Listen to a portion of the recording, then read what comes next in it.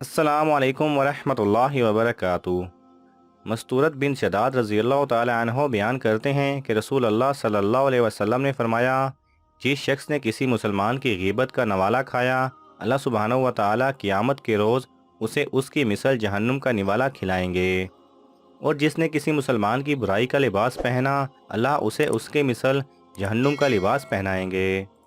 और जिस शख्स ने किसी को शोहरत व रियाकारी और दिखलावे के मकाम पर खड़ा किया या किसी शख्स की वजह से रियाकारी व शोहरत के मकाम पर खड़ा हुआ, तो अल्लाह क़यामत के रोज़ उसे रियाकारी और शोहरत के मकाम पर खड़ा करेगा।